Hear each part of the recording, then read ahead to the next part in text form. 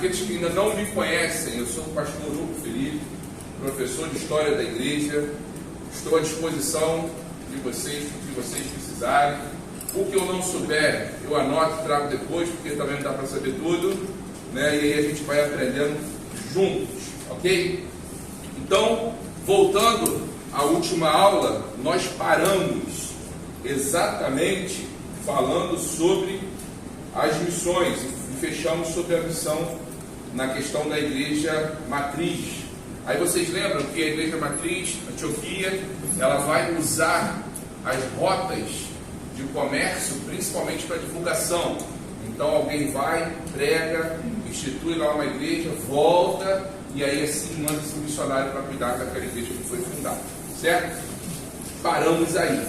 Agora vamos dar continuidade. Nós chegamos a falar também sobre algumas linhas daquela época, por exemplo, o teísmo, o deísmo, o ateísmo, o panteísmo, entre alguns outros que nós chegamos a comentar na última aula. Vamos separar aqui um grupo específico, que é o grupo de maior combate, principalmente do apóstolo Paulo, mas também de toda a igreja naquela época, que são os grupos chamados cristãos gnósticos, ok? Vamos entender quem são, o seu conceito e o que eles vão trazer de responsabilidade para a igreja. Como assim? Eles são uma visão totalmente diferente da igreja cristã. O cristianismo que vai ser pregado naquele momento, que vai ser difundido porque vai ter outras culturas que vão estar chegando, ele vai ser expandido, na verdade, ele vai sofrer, através da cultura, algumas influências. E os gnósticos é a influência mais complicada dentro da igreja primitiva. Naquele momento ali, a igreja vai sofrer. Os gnósticos eram uma seita, né? uma outra religião. E eles vão ser convertidos ao cristianismo. Fato para ser ressaltado, nós não temos ainda a Bíblia fechada nesse momento. Nós ainda estamos no primeiro século, começando a caminhar para o segundo século. Então, a Bíblia, o cânon ainda não foi fechado. Ok? Então, com isso, todo ensinamento que é passado, ele é passado de uma forma verbal. E através das cartas e dos ensinos dos apóstolos, e também, nós vamos ver, dos pais da igreja, que é o nosso principal ponto da aula de hoje. Então, esse grupo de gnósticos são o grupo que ele é convertido ao cristianismo, por isso, cristãos gnósticos, e eles vão vir da cultura helênica. Eles vão trazer um conceito diferente. O conceito gnóstico, por exemplo, eu quero falar para você. Crê que tudo deve conter fundamento lógico e satisfatório para explicar. Ou seja, não existe fé. É tudo baseado na lógica. Totalmente na lógica. Se eu não consigo explicar, eu descarto. Beleza? Propor que pode haver um Deus parece ser uma ideia elevada, mas é fútil e pretensiosa. Nossa mente finita é prática, não alcança esse conceito com sinceridade. Ou seja, para o gnóstico, nós com sinceridade não acreditamos na existência de um Deus. Isso é um pensamento gnóstico. Eles vão entender que Jesus é um espírito. Que Jesus não era de carne e osso. Os gnósticos vão defender que Jesus era um grande mestre. Então, se Jesus não é de carne e osso, o que eles estão anulando de cara? A humanidade de Jesus. Porém, essa humanidade de Jesus vai afetar em quê? Se eu não acredito que Jesus é humano, de carne e osso, o que isso vai afetar? Ele não morreu, não. Olha o problema que começa a entrar dentro da igreja. Porque a igreja está pregando quem? Jesus. Vamos tentar viajar para dentro do conceito. Vocês estão aqui hoje, não tem Bíblia. O que é ensinado para vocês é o que vem sendo passado pelos apóstolos, pelas cartas, as formas que você deve fazer, o que Jesus fez, isso vai começar a acontecer. Os evangelhos já começaram a ser escritos, Mas assim, a Bíblia, de uma forma geral, as cartas paulinas ainda não foram todas ali fechadas. Isso a gente vai um pouco mais à frente.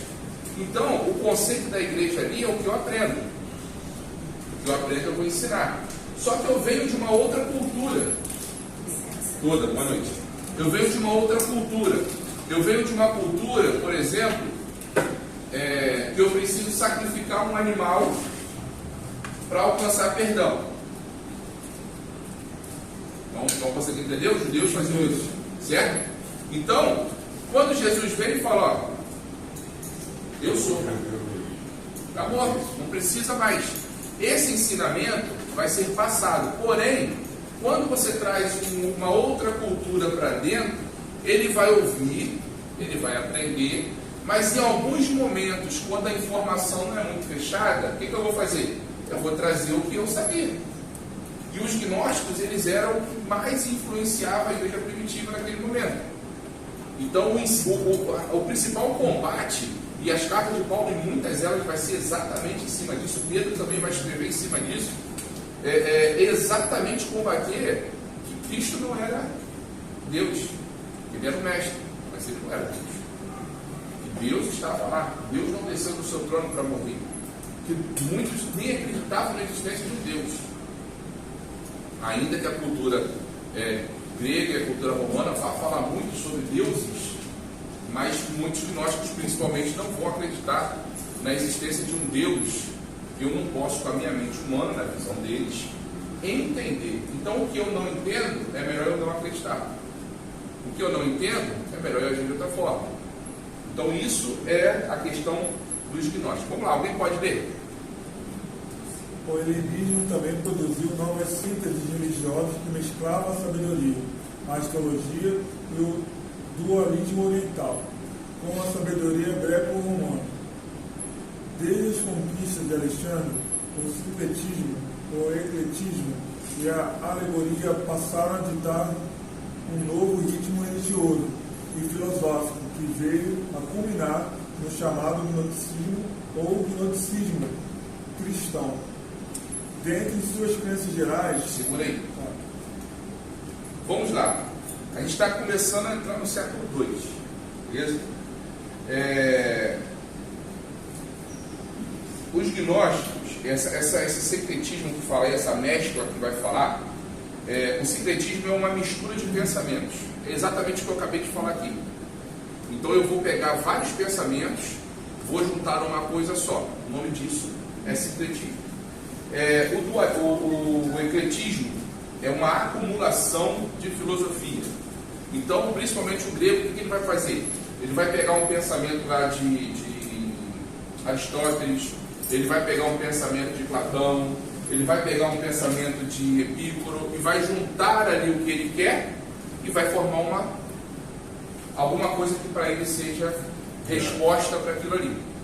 Então, vai haver essa mescla. E a alegoria é exatamente o quê? É aquele grupo que não entende nada, não sabe nada, tudo é Deus. Então assim, é muitos deuses, beleza.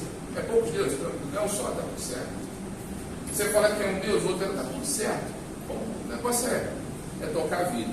Então você vai ter uma mescla de informações, né, tanto do sincretismo, do ecletismo e da alegoria, para poder culminar dentro dessa influência no desenvolvimento da igreja. Então a igreja vai sofrer com isso no início do segundo século.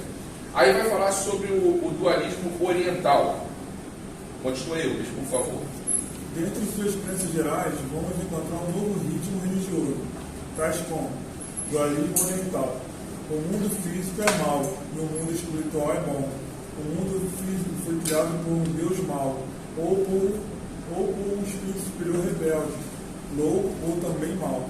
Isso aí já rompe. Olha só, não existe Novo Testamento ainda, certo? O que esse pensamento vai me apresentar? Eu vou romper com o Antigo Testamento também. Porque, olha o que ele fala aqui.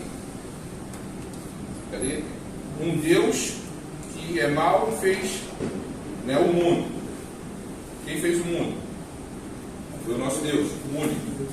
Isso vai romper de cara com o Antigo Testamento. Eu não acredito em um Deus que fez o mundo e que esse Deus seja bom. Se existe um Deus que fez o mundo, esse Deus é mau, porque um monte de coisa ruim está acontecendo. Então, assim, a responsabilidade desse Deus mau que fez isso daí. Então, de cara, esse dualismo oriental ele vai romper com o Antigo Testamento. Se eu não tenho o Novo Testamento e eu rompo com o Antigo Testamento, eu vou fazer o que eu quero. Eu não vou ter base de lei nenhuma. Aí que entra a alegoria? Sim, dentro desse ponto também. Porque tudo é festa, vamos dizer assim. Porque o gnosticismo foi o principal. É o principal. Não, tudo isso aqui. Ao evangelho, correto? Tudo isso aqui E a vai estar alegoria é a dentro. aceitação de tudo, é relativismo. É isso aí, perfeito. A salvação. Consiste em libertar o espírito do corpo.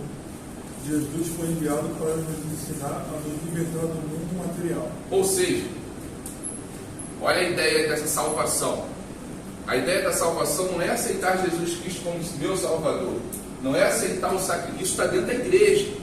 A gente está falando do desenvolvimento histórico da igreja. Dentro da igreja está sendo pregado o seguinte, nesse momento histórico. Para que eu seja salvo, eu preciso aprender a desligar o meu corpo da minha alma. Senão Qual é a eu igreja consigo. que o senhor está se referindo? A igreja primitiva, a igreja do primeiro século. A gente ainda não tem catolicismo, isso aí vai chegar ainda. A gente está falando. Houve aquela subdivisão. Exatamente, a gente está falando de uma igreja do cristianismo, tá? A igreja primitiva. Aí a gente vai voltar lá na aula anterior, quando nós somos pela primeira vez chamados de cristãos. Então, o cristianismo naquele momento, não tem igreja A, igreja B, você tem o judaísmo, e na verdade, uma coisa que a gente precisa deixar muito claro na nossa mente quando a gente está estudando o primeiro século é o seguinte: o cristianismo, ele não é uma religião nesse momento. Ele é um movimento, no caso. Ele é um movimento, ele é considerado uma seita. Beleza? Então, nesse conceito aqui, nós estamos falando de dentro da igreja. Mas quem está fora da igreja, ele está vendo a igreja como seita. Então, o cristianismo, nesse momento, é uma seita. Ele só vai passar a ser uma igreja lá em Constantino, na próxima aula. Beleza? Essa já é a matéria da próxima aula, tá? Quem não veio aqui na semana passada, não sei se no vídeo que gravaram deu para ver um desenho que nós fizemos, né, que a gente tem uma espinha dorsal da história. Se a gente for abrir, a gente não vai sair. São mais de 2.000 anos de história. Então a gente está criando um conceito para a gente entender esse desenvolvimento. Beleza? Docetismo. Jesus é enviado até nós em espírito. Ele não poderia ter um corpo humano, pois o corpo humano é mau. Ele não morreu, nem sofreu, e sua salvação vem de nós. Então não houve morte na cruz. São pensamentos que estão sendo disseminados dentro dessa igreja primitiva, dentro do cristianismo. Mestres que estão se convertendo ao cristianismo, mas não têm conhecimento de causa, começam a ensinar o que houve junto com o que está trazendo a sua cultura. E aí é onde os apóstolos e os pais da igreja vão começar a botar ordem na casa. Aí, no caso, dá início à heresia, uma interpretação errada do evangelho. Concordo. Plenamente. Plenamente. Por que o meu povo pega? Falta de conhecimento. Falta de conhecimento. Então, assim, imagina você é um mestre, você é um doutor em uma certa religião ou uma certa seita. Você se converte a outra, você tem que começar lá de baixo. Só que o cara que vem, ele quer se manter na mesma posição. Ele era mestre lá, ele quer ser mestre aqui. A gente não entende, a gente não sabe muito bem isso no nosso dia de hoje, porque isso não existe, né?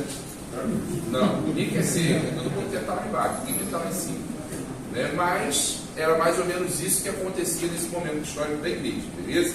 E a gnose, vamos lá. A salvação depende do conhecimento de ensinos secretos, passado por mestres aos seus iniciados. Esse ensino ocorre de maneira secreta e em vários graus. A gnose é um acúmulo de conhecimentos, é isso? Como definição? Sim. Na verdade, a gnose ela vai ser a ideia é um conceito de ideias. O que você falou, vai trazer o conhecimento, vai trazer para alguns dúvidas, ao invés de conhecimento vai trazer dúvidas. Mas é sincretismo. Sim, é o conjunto. Você vai trazer um conjunto de ideias.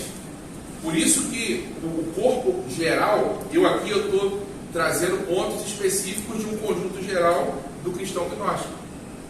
E aí, para você ter uma ideia, que vai chegar aqui, essa gnose aqui vai falar sobre a salvação dependendo do conhecimento do ensino secreto. Ninguém nunca ouviu falar sobre isso, não, né?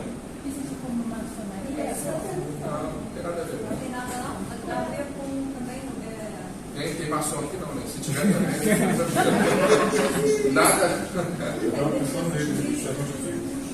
está entendendo esse conceito, né? Porque eles têm Ensino secreto? esse conhecimento, eles têm ensino secreto. Eu não vou entrar nessa questão porque eu não sei. Essa ideia da igreja dos dias eu não sei. Eu estou falando Sim. porque assim, no grupo que faz parte, tem uma pessoa que ela foi. Sim. Então ela contou as coisas que aconteceram lá, enfim, aí é mais ou menos dentro. Então, aí você vê essa iniciação, esse conhecimento secreto que só é passado para quem está ali. Só quem está lá, sabe? Lembra do que eu falei aqui? O cristianismo faz o que? Ele abre os braços, não é isso? Ele não abre os braços para todo mundo? Como é que o cristianismo, boa noite, o cristianismo abre os braços para todo mundo e eu começo a passar secretamente conhecimento? Já difunde, já diferencia aí o conceito. E aí você vê isso aqui, questão dos graus. Então assim, né? Não queria entrar no mérito da questão, por respeito. Mas não viaja não, é isso aí mesmo. Não, eu escuto pessoas que falam que são cristão e maçom, mas não sei nem como é que Mas é muito fácil de entender isso. Porque quem entra não sabe real mesmo lá no final, só sabe o início. Entendeu? Quando chegar lá no final fala, opa, né? Mas aí não é a nossa aula. A gente está falando da história da igreja. Escrituras, por favor, Rubem. Rejeitava o Antigo Testamento, demonstrando antissemitismo. É isso? Isso. É o Deus do Antigo Testamento, é um Deus mau. Aceitando alguns evangelhos e epístolas debaixo da interpretação alegórica. Alguns grupos produziram seus próprios evangelhos e livros de ensino. Olha só que coisa maravilhosa. Seus próprios evangelhos e livros de ensino. Alguns grupos produziam o seu próprio conteúdo. Isso já não é mais cristianismo, mas está dentro da igreja. Então o grupo A começa a pensar de uma forma, não tem nada para fazer, então vamos escrever um livro aqui, vamos passar e vamos fazer isso aqui. Então você começa a criar vários ensinos paralelos e alguns que vão contra o princípio do cristianismo. E aí vocês vão certamente ter ouvido falar muito sobre ou livros. Tá, ok? Que são o quê? Livros apócrifos. São... Não tem inspiração do Espírito Santo. Não tem inspiração do Espírito Santo. Não são considerados inspirados pelo Espírito Santo. Ok? Então esses livros são esse tipo de coisa. E outra coisa, Cíntia, você me deu um trabalho essa semana para buscar aquela resposta do batismo. Tá? E eu vou te falar que ainda não está fechada a resposta não, mas eu gostei. Eu fui num professor de cultura judaica, eu fui num outro pastor, eu fui em livros apócrifos para falar. O mais antigo dentro da Bíblia que eu achei de batismo foi a carta de Paulo aos Coríntios, capítulo 10, se eu não me engano, versículo 1. Se alguém puder me ajudar aí, eu acho que é isso mesmo. Que vai falar sobre a passagem do povo, né, sobre o Mar Vermelho como símbolo de batismo. Isso na Bíblia. Mas na questão cultural ainda vai ser mais antigo. Então o batismo é uma questão dentro do judaísmo existente, tá, ok? E João vai fazer isso exatamente para a iniciação, da mesma forma que é hoje, tá bom? Mas eu ainda quero trazer conteúdos a mais para falar por isso, porque eu me interessei também sobre isso daí. Você me botou no... Não, eu só dei uma resposta de uma pergunta a ela, mas foi fora da aula. Então quer dizer que como atravessando o Mar Vermelho foi considerado... Abre alguém, por favor. Está dentro da aula, tá, gente? Não é história. Fui falar do batismo na última aula, ficou uma pergunta pendente. A gente não está fugindo da aula, não. 10:1, né? 10:1, vê se é isso aí. Ora, irmão, não quero que ignoreis que nossos pais estiveram todos debaixo da nuvem, e todos passaram pelo mar, e todos foram batizados de Moisés, na nuvem e no mar, e todos comeram de um mesmo manjar espiritual, e beberam todos de uma mesma bebida espiritual, porque bebiam da pedra espiritual que os seguia, e a pedra era Cristo. Isso aí. Mas batizado ninguém serve. Primeira carta aos Coríntios 10, 1. Dentro da Bíblia, aí sim, te respondendo a sua pergunta, na Bíblia, o relato mais antigo falando sobre o batismo que eu achei foi essa carta de Paulo, quando ele cita isso. Tá, ok? Dentro do judaísmo vai haver o batismo também. Eu achava que a iniciação era somente o... João Batista. Não, gente, olha que dá um branco. Quando corta lá, gente. A Circuncisão, mas o batismo também era presente dentro da cultura judaica, tá bom? Mas eu ainda estou fechando esse conceito para te passar com mais detalhes, mas basicamente isso aí. João Batista vai batizar dentro de um conceito histórico já existente, ok? Então vamos lá, gente. A gente falou sobre a questão do gnosticismo, e esse gnosticismo vai ser muito presente dentro da igreja, e aí vai começar a criar problemas. E aí nós já vamos começar a entrar no segundo século, século II. E aí nós vamos entender o combate da igreja contra esses ensinamentos distorcidos que o cristianismo quer apresentar. Beleza? Dentro disso, talvez vocês já devam ter ouvido falar sobre a patrística ou os pais apostólicos. Beleza? Quando se fala de pais apostólicos, vamos ler aqui, para a gente poder seguir um princípio. Nós temos 3 pontos aqui a destacar. Alguém lê aí para mim, por favor. Entender o conceito de patrística. Entendemos por pais da igreja os escritos e escritores, leigos ou sacerdotes, considerados fontes da fé ortodoxa, da pureza doutrinária e da fundação de doutrinas importantes. Segura só um instantinho. Então vamos lá, vamos começar a separar os conceitos para a gente poder criar a nossa ideia final. Beleza? Não deixa ninguém dormir, não. Tô Os brincando. leigos também são considerados patrísticos. Não entendi. Os leigos Vamos. são considerados. Segura aí que eu vou te responder dentro da explicação. A gente vai primeiro entender o conceito para entender quem é. Aí você vai ter a resposta da sua pergunta. Me dá só um minutinho. Beleza? Dentro dessa patrística, nós vamos ter os pais da igreja. Quando se fala de pais da igreja, se pensa automaticamente em quê? Pessoas. Certo? Você se perguntou se também leigos. Sim. Só que pais da igreja não é pessoas somente, mas também escritos. Então vai haver escritos que não se sabe quem escreveu, mas ele também é considerado pai da igreja. Os pais da igreja são aquele. O que é o pai? Aquele que vai dar vida. Não é isso? Então os pais da igreja são os que vão dar vida à questão doutrinária. Eles vão sistematizar a doutrina através dos ensinamentos, das cartas, e assim eles vão dar início a essa construção que vocês certamente já estudaram, da teologia sistemática, entre outras coisas. Antes de se ouvir falar de teologia sistemática, se inicia o conceito. E o conceito vai começar justamente nos pais da igreja.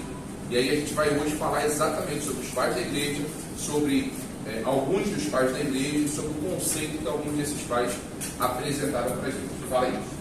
Então os pais teriam primeiramente livros descobertos e pessoas por enquanto traduziam, edificando e demonstrando para a população tais livros. Então, na verdade, não são livros descobertos, mas são escritos naquele momento, dentro da realidade histórica da igreja. A igreja está sofrendo um ataque. A igreja está tendo ensinamentos que não são corretos. E aí alguns homens de Deus vão falar, olha, isso é errado. E vão começar a escrever. Eles vão dar continuidade ao que Paulo já começou lá atrás.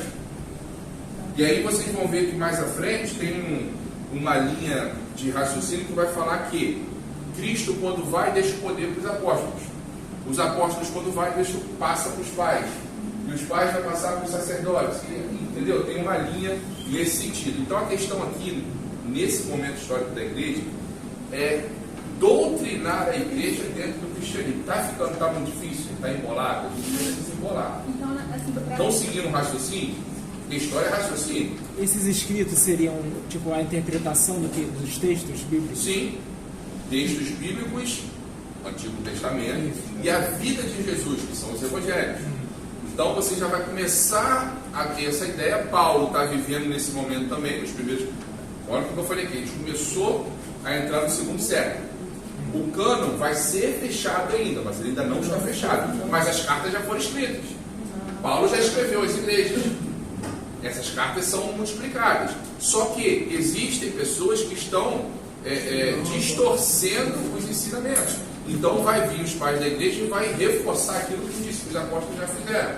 Já falaram, conceitos novos, ideologias dentro da centralidade de Cristo nisso tudo, porque o cristianismo a base, a fonte de tudo é Cristo.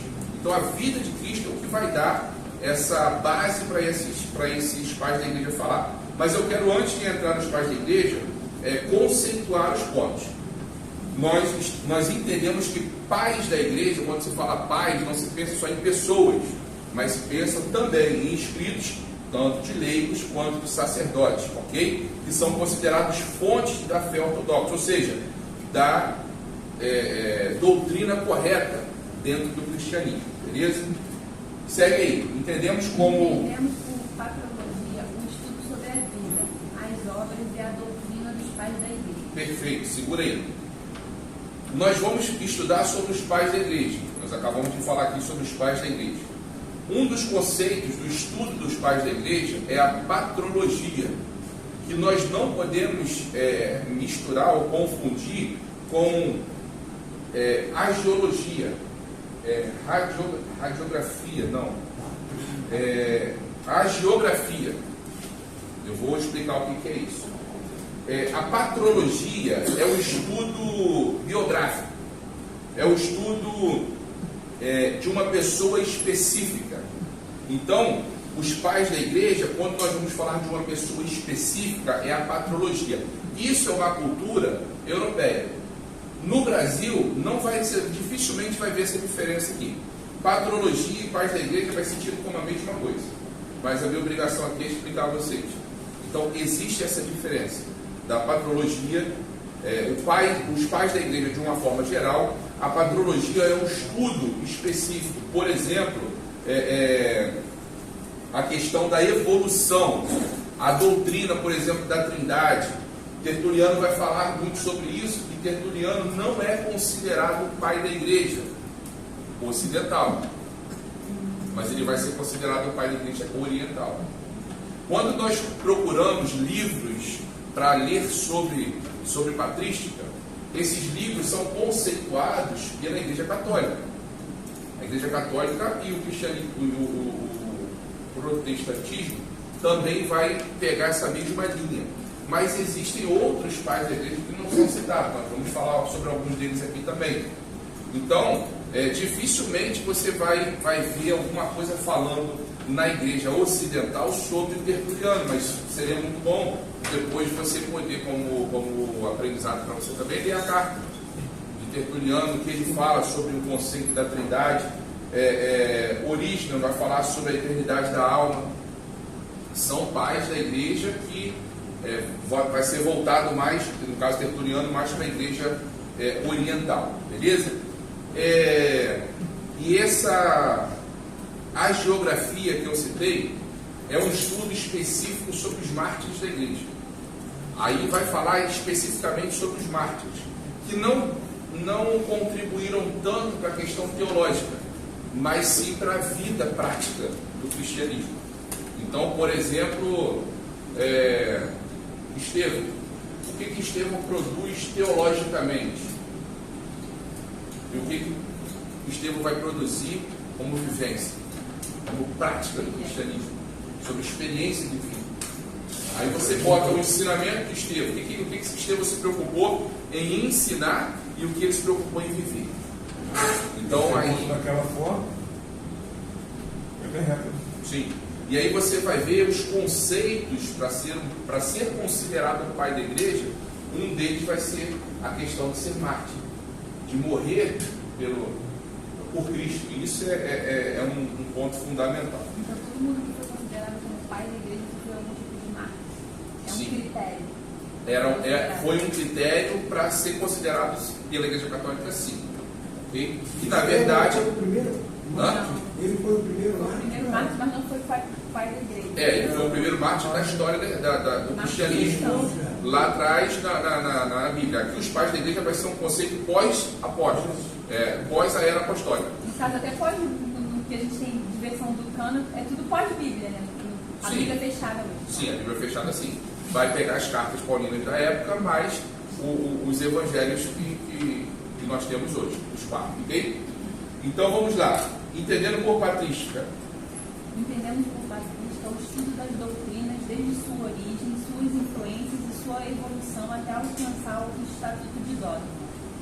Os critérios católicos para determinar um inscrito ou um indivíduo como pai da igreja são estabelecidos tardiamente pela igreja ocidental.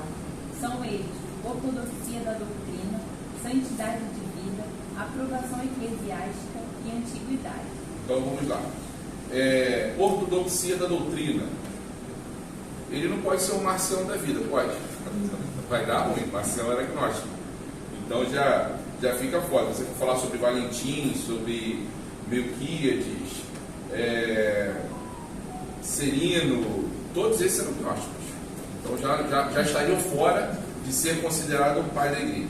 Santidade de vida. O que é santidade de vida? Exemplo. Exemplo. Santidade de vida, exemplo. Se eu não sou exemplo, eu não tenho santidade na minha vida. Porque se você tem santidade na sua vida, querendo ou não, você vai ser exemplo. Prático, objetivo. Às vezes a gente quer desenhar muito, mas não, é objetivo. Se eu quero pregar uma coisa, eu preciso viver aquilo que eu prego. Certo? E isso eu vou te falar, aprendi com a minha esposa. Aprendi com a minha esposa isso. Uma vez ela entrou no quarto, eu estava com umas 50 bolinhas de papel no chão.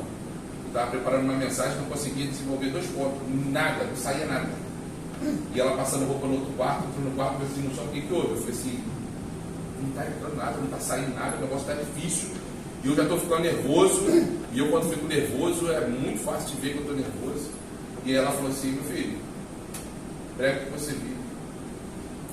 Aquilo foi pior que um soco com o Mike Tyson, ainda porque era verdade. Prega o que você viu. Tem gente subindo lá em cima que está pregando o que não está vivendo. Prega o que você viu. Você dá falando assim para mim, você dá dízimo? Eu falei, dou. Então, se você pode pregar sobre dízimo, se você não dá, você não prega. Você evangeliza? Então você pode pregar sobre evangelismo. Você evangeliza? Se você não evangeliza, não prega. Então ela falou, e eu nunca mais esqueci. E eu já tive a oportunidade de falar isso no culto da igreja. E eu aprendi isso com a minha esposa, pregue aquilo que você vive. E todas as vezes que eu subo no culto, antes de eu pregar, eu penso, eu vivo o que eu vou pregar? Isso é uma pergunta que eu me faço. Eu vivo o que eu vou pregar? Mas é simples, né? A boca fala. O coração está cheio? Nem sei. Se o coração está cheio de mal, só vai ser mal. Mas infelizmente existe lobos disfarçados de ovelhas. Na igreja cristã não. Oh Deus. Na igreja cristã não tem isso não. E a antiguidade, porque não se deveria ser novo. E aí a gente vai entender o porquê dessa antiguidade aí. O mártir, quando eu falei do mártir que tem que morrer para ser pai da igreja, não era uma obrigatoriedade, mas era algo tão natural dentro dos pais da igreja que acabou se tornando. Volto a relembrar que nesse período histórico o cristianismo ainda é uma seita. Ele ainda não é uma... E durante toda essa aula de hoje, o cristianismo não vai se tornar uma religião, ainda vai continuar sendo seita. Se ele é seita, ele é perseguido. Então, nesse momento aqui dos pais da igreja, a igreja continua sendo perseguida. E aí muitos vão abdicar da fé, muitos vão abandonar, muitos vão morrer por acreditar nisso. E aí se você for estudar a vida dos apóstolos, também a vida dos mártires, dos pais da igreja, você vai entender o porquê desse foco da morte do mártir como algo importante. Prossiga aí para mim, por favor. No entanto, considera-se que nem todo o corpo dos inscritos e nem todo o seu exemplo de vida possam ser considerados como perfeitos, havendo falhas e certos problemas em atitude histórica. Dentro desses critérios, a questão da antiguidade se estende do século I até o século VII, terminando em Isidoro de Sevilha e ao oriente até o século VIII, terminando em São João da Damasceno. Mas temos sempre que lembrar que essa é uma datação ocidental, utilizada tanto pela PEF, Igreja Católica Apostólica Romana, quanto pelo protestantismo inicial, que desconhece muitos pais das igrejas orientais. Eu acho que eu já falei sobre isso aqui. Dentro desses desconhecidos, dentro desses conhecidos que a igreja tem, que a igreja oriental vai ter, você tem Tertuliano. Você tem aqui. Tertuliano, ele vai, para o protestante, ele é um pai da igreja. E para o catolicismo ele não é. Então existe essa diferença. Para o catolicismo ele é literalmente um herege. Aí você vai ter que pegar lá para você poder entender. Dentro desses que não são considerados pais da igreja, pela igreja ocidental, você vai ter Tertuliano, você vai ter Cirilo de Alexandria, você vai ter Imar Babai, Máximo Confessor, é algum dos pais da igreja que não são considerados pais da igreja pelo Ocidente, mas sim pelo Oriente. O que acontece é que assim, hoje, e aí você vai ver o Lucas Gerson falar sobre isso, você tem uma infinidade de livros históricos falando sobre os pais da igreja ocidental, que é impossível de você conseguir ler tudo em 1, 2, 3 anos. É muito conteúdo. É muito conteúdo. Então você pode jogar para 2030 aí, tá? Mais 5 anos, né? E aí você imagina você fazer todo esse estudo e depois você cair para os pais orientais. Vai ser o mesmo conteúdo. Tem material que nem traduzido foi, nem para o inglês. Tem material, por exemplo, em árabe, em siríaco, em cirílico, tá? É outra diferente, em armênio, e aí por aí vai. Então, o conteúdo histórico é muito grande. Aí vocês vão entender aquelas minhas linhazinhas aqui da primeira aula. Não tem como. Se você quer estudar história, você vai ter que se dedicar a uma... Você quer estudar história antiga? Show, cai para dentro da história antiga. E esquece o restante da história. Se dedica 2, 3 anos aí para estudar só a história antiga, o conceito. Aí sim você vai poder entrar pelas valinhas da história, pelos conceitos e tal. Mas o importante para a gente aqui é o desenvolvimento da igreja. Então, às vezes, você vai pegar conteúdos de pessoas. O Renato hoje estava falando para mim que ele estava lendo sobre... Não foi Inácio, não. Ele falou lá. O nome agora me fugiu. Eu não queria nem desanimar ele, não. Mas, assim, é um estudo isolado. Né? Mas é conhecimento. Tá? Não deixa de ser conhecimento. Ler é muito bom. Então, esses escritos vai vir após os pais, vai vir após os apóstolos, e dentro desses escritos, o escrito mais antigo dos pais da igreja, que foi possível ser datado, é Clemente de Roma. Clemente de Roma, ele é um dos pais da igreja, ou um dos pais apostólicos, se assim você preferir. Alguém lê, por favor. Clemente de Roma, nascido possivelmente em 35 e morto possivelmente em 100, foi um dos líderes da Igreja de Roma no final do século I. Na década de 90, ele envia em nome da Igreja em Roma uma carta à Igreja de Corinto, no intuito de exortá-la, repreendê-la e clamar por uma mudança de atitude em relação à sua postura eclesiológica. Em Corinto, os presbíteros mais novos haviam usurpado a posição dos presbíteros mais velhos, criando um princípio de desordem na liderança. Clemente irá utilizar um misto de argumentos veterotestamentários e estoicos para exortar sobre o erro daquela igreja em permitir tamanha desordem e afronta às autoridades instituídas. A tese é que os presbíteros antigos não podem ser depostos pela comunidade, pois não receberam seu poder da comunidade. Seu conceito acerca de Deus é sempre trinitário, e temos a crença na divindade de Jesus na liturgia da comunidade. Beleza, segura aí. Vocês já vão ver um conceito aqui de Clemente sobre essa divisão do clero e do povo. Então o povo não pode se voltar contra o clero, porque o poder do clero vem de Deus, não vem do povo. Então o poder da cabeça da igreja ali naquele momento não é instituído pelo povo, é instituído por Deus. Então o povo não pode se voltar. E aí, quando a gente vai um pouco mais à frente lá na questão histórica, principalmente do catolicismo, a gente vai poder entender isso um pouco melhor. Mas não é a questão aqui, a igreja está sendo ainda formada. Um dos principais pensamentos dos pais apostólicos é o conceito trinitário, que é o que foi falado aqui.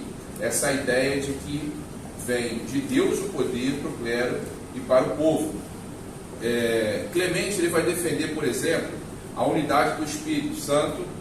Ele vai defender a ideia da eclesiologia, que é o estudo, né, da igreja. Ele vai começar a criar esse conceito, tá bom? Ele vai unir a figura da liderança, da figura da igreja, né, unir essa ideia de que o cabeça, como eu acabei de falar, o cabeça da igreja tem o poder vindo de Deus e o povo não pode debater a isso. Ele vai criar a ideia de que só há salvação ali. Que conceito é esse? Só há salvação ali. Existiam grupos e alguns grupos estavam saindo e formando, né? Isso não acontece nos dias de hoje. Vocês não vê, por exemplo, uma Assembleia de Deus sair um grupo e formar uma outra Assembleia de Deus. Isso não existe. Você não vê Batista fazer Maranata, não existe essas coisas. Né? Então vocês vão entender. Naquela época existia. Então o conceito dele, por exemplo, é que a salvação está aqui. Se vocês saírem, vocês são hereges. Porém, para todo mundo, eles também eram hereges. Então já começa a ter um debate meio esquisito, né? Então assim, todos nós se convertemos ao cristianismo e estamos ali. Então se um grupo sair é herege, mas eu também sou considerado herege por outros. Está entendendo a complexidade do negócio? Do desenvolvimento histórico da igreja? Porque parece ser fácil, né, irmão? A gente lê a Bíblia assim, aquela coisa linda, o povo saindo do Egito, o mar abrindo, coisa maravilhosa, o agir de Deus. Quando a gente lê a história assim, aí se a gente for um pouquinho mais a fundo, a gente vê o povo murmurando, o chicote cantando. Mundo de heresia. Né? E aí, se a gente for um pouquinho mais a fundo, aí o negócio começa a ficar meio estreito. Aí no final das contas, eu pelo menos já fiz essa análise para meu Deus do céu. Só ele vai dizer quando. Só ele. Cara, que amor é, que Deus é esse? Depois de tudo que nós já fizemos como humanidade, contra tudo que ele fez a favor de nós, ainda assim ele nos ama. É o amor que nos constrange, pelo menos deveria constranger, porque a alguns não acontece isso. Falar da cruz de Cristo deveria ser o assunto mais empolgante na boca de um cristão. Infelizmente, desculpe aí se alguém discorda, não é hoje. Mas acho que também que tem muitos não entenderam.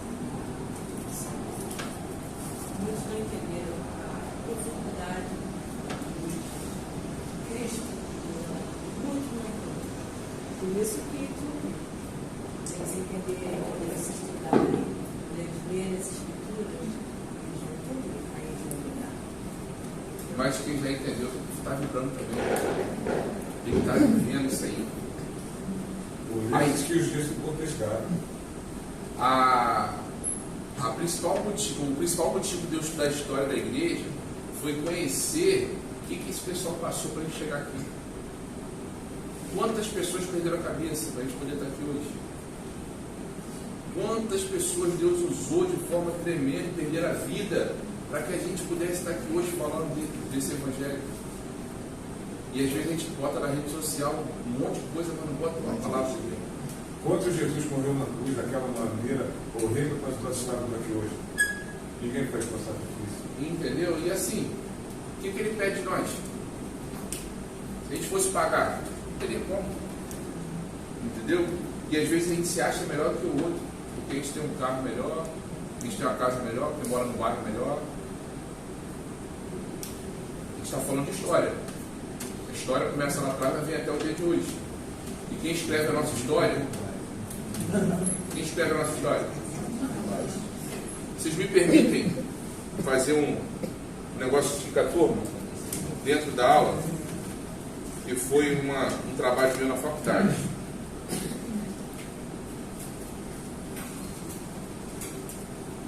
Quem aqui é avô ou avó? Alguém aqui é avô? Alguém aqui é avô ou avó? Qual o seu nome? Valdomir. Valdomir? É, com W.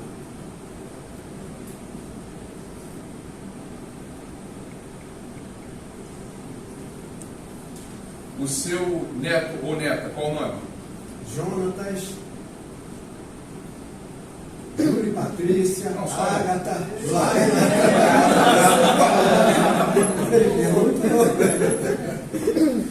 Quem é o pai ou a mãe do Jonathan que é seu filho?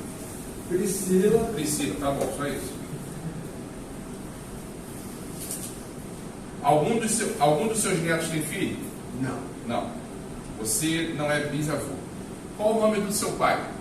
Moacir. Vocês vão entender, tá, gente? Moacir.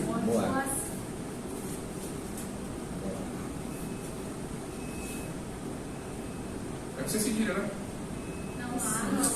A-C-I-R. Show. Moacir. Pode ser Clínico também. Qual o nome do seu avô? Pai do Moacir. Diogo. Show de bola. Muito bom. Não pergunta mais não. Qual o nome do pai do Diogo? Já foi. Seu bisavô. Não sabe? Não. Perfeito. Vocês vão entender agora onde eu quero chegar. Nós estamos aqui, ó, dentro da história. Certo? Sim. Muito bem. Primazia da família. A presença na sala de aula. O Valdomir é filho do Moacir, neto. Perfeito? Daí para trás ele já não sabe. Aqui, ele não sabe. Beleza? Agora, a Priscila, que é filho, tem um neto, um filho dela que é o Jonathan, certo? O Valdomir só conhece na história da família dele 2 gerações, certo? Depois dele, essa aqui é a primeira geração. Essa aqui é a segunda geração. Se seguirmos o conceito, o filho do Jonathan nunca vai saber quem foi o autor.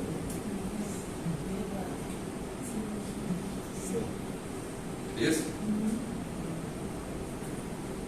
2 gerações acima. Se a gente fosse fazer um panorama para a turma toda, alguns talvez não vão saber nem o nome do avô.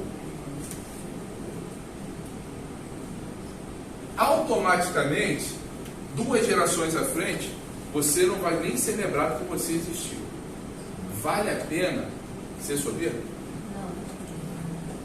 Vamos viver o hoje. A nossa história, quem faz é a gente. A nossa história, quem escreve é a gente. Sabe por que a Bíblia fala que é melhor um dia de luto do que um dia de festa? Porque no momento da morte, no momento lá que você está enterrando alguém, tudo que aquela pessoa fez de ruim é irrelevante. Você só lembra coisa boa. Você só lembra coisa boa. Pode ser o maior muquirana contigo durante a vida. Você vai falar assim, ele não prestava, ele fazia isso, ele fazia aquilo. Você vai listar 10 coisas ruins, mas você vai falar assim, pô, mas ele também era assim, assim, assim. Mas por que a gente não faz isso em vida? Por que o orgulho nos impede de falar com aquele irmão que a gente está sem falar há muito tempo? Ou com aquele tio, com aquela tia, ou com o filho? Que amor é esse de Deus por nós que nós não estamos vivendo pelo nosso? Eu não estou falando de você pegar aquele que te fez mal e levar para dentro da sua casa para tomar café com você. Não é isso que eu estou falando. estou falando de viver o perdão e principalmente o amor de Cristo. Ah, professor, isso é aula de história. Eu estou falando da história da sua vida. Porque você faz parte da história da igreja. Será que daqui a algum tempo as pessoas vão escrever sobre a Maranata, vão escrever sobre o IBM e vão escrever sobre os alunos do IBM? Porque está tudo registrado. A história vira história no momento que você vive ela. Talvez daqui a 10, 15 anos você vai encontrar um outro colega de turma aí, ou vai me encontrar na rua e falar: ô professor, ô pastor, ô meu amigo, nós estudamos junto lá no IBM. Isso é a história da sua vida. Espera a morte chegar para refazer. Eu não estou pregando não, tá gente? Eu estou falando de história. Nossa história. Nós somos a igreja de Cristo. Nós somos a igreja de Cristo. Nós vamos pontuar vários erros que a igreja cometeu através da história. Será que nós estamos cometendo algum erro hoje? Sim. Será que a gente precisa rever os nossos conceitos? Sim. Eu vou contar uma experiência pessoal minha, só com o caráter de agregar aquilo que a gente está falando. Depois você corta, tá? Tá legal. Deixa eu lembrar aqui o número. É algo pessoal e por eu ser muito conhecido, às vezes pode causar problema. Eu tenho um irmão meu irmão, filho do meu pai e da minha mãe. Rapaz, só me deu dor de cabeça, é irmão mais velho. De 4 eu sou o mais novo. Só me deu dor de cabeça. A ponto de falar assim: meu Deus, deixa eu mudar de casa para ir para longe desse cara. Aqui eu sei que ninguém passa por isso com ninguém da família. Estou contando a minha experiência, tá? Até emprego eu arrumei para ir trabalhar e no final das contas ainda saí como errado. Sabe aquela coisa, você faz o bem, toma. Aí você perdoa, faz o bem de novo, toma de novo. Aí você perdoa, faz o bem de novo, toma de novo. Mas Jesus falou que é para perdoar quantas vezes?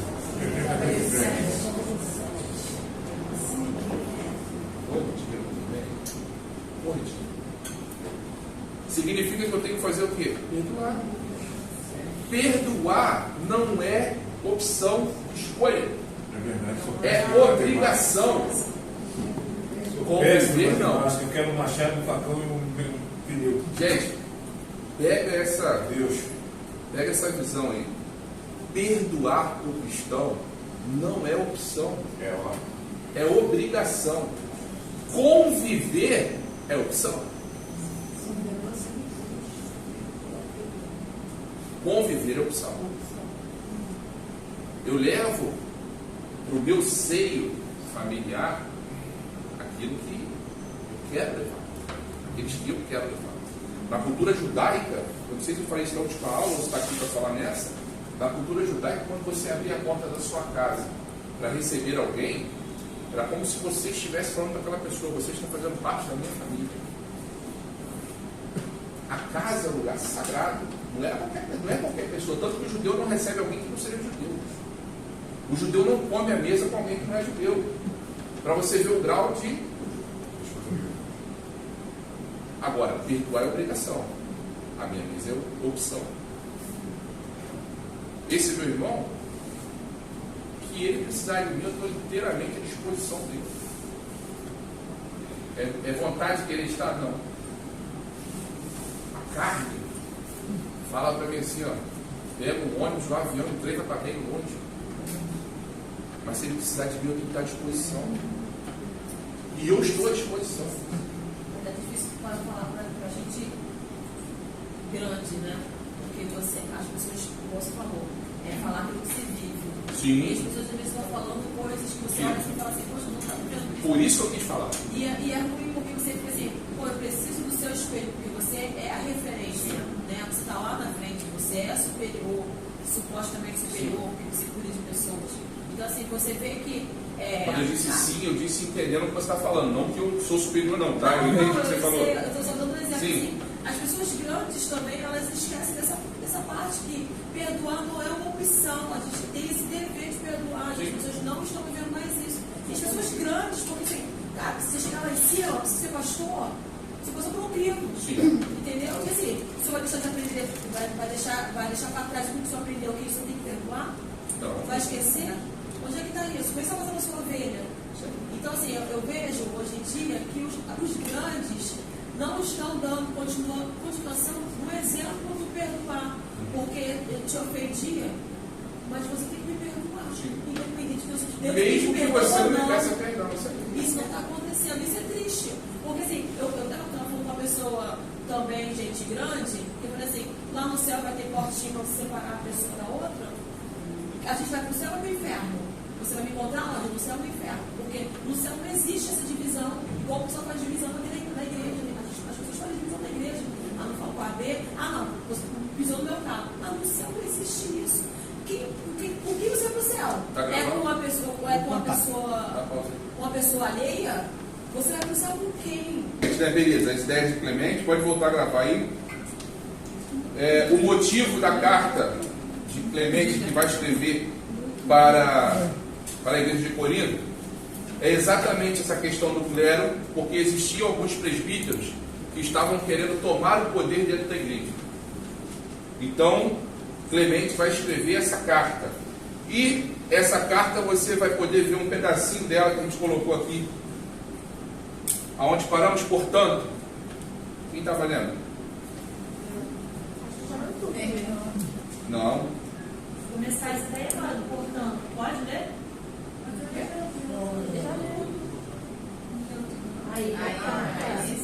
Aí, esse é um pedacinho da carta de Clemente à igreja de Corinto. Lê? Pode. Portanto, irmãos, é justo e santo obedecer a Deus, mais do que seguir aqueles que por orgulho e revolta se tornaram chefes de odiosa inveja. Nós nos expomos não a um prejuízo comum, mas a um perigo grave, se nos deixamos levar temerariamente pelos projetos desses homens que se atiram à competição e à revolta para nos afastarem do bem. Sejamos bons uns para com os outros, conforme a compaixão e a doçura daquele que nos fez. Unamo-nos, portanto, àqueles que vivem piedosamente a paz, e não àqueles que fingem querer a paz. Clemente foi um dos maiores líderes da igreja romana no primeiro século. Alguns vão defender que Clemente foi quem escreveu Hebreus. Isso não é comprovado. Okay? Alguns vão falar que foi o apóstolo Paulo. Eu também acho que foi Paulo, mas não se pode comprovar quem escreveu, tá bom? Ele era presbítero de Roma e exorta a igreja em Corinto, ou seja, o cuidado de quem está ali se preocupando com a doutrina. Ele está lá em Corinto, ele vai enviar uma carta, ele está lá em Roma, ele vai escrever uma carta para Corinto, para a igreja de Corinto, para exortar aquela igreja, para que aquela igreja não permita que os seus presbíteros mais novos tomem o poder dos presbíteros mais velhos. A experiência era importante, o tempo era importante, o poder estava na mão do clero, então, da igreja, do clero, então o povo não poderia se voltar contra. Então Clemente vai ter esse cuidado de dar início à questão de doutrina da igreja. Ele é um dos pais apostólicos mais antigos, os escritos mais antigos. O próximo que nós vamos estar falando é Inácio de Antioquia.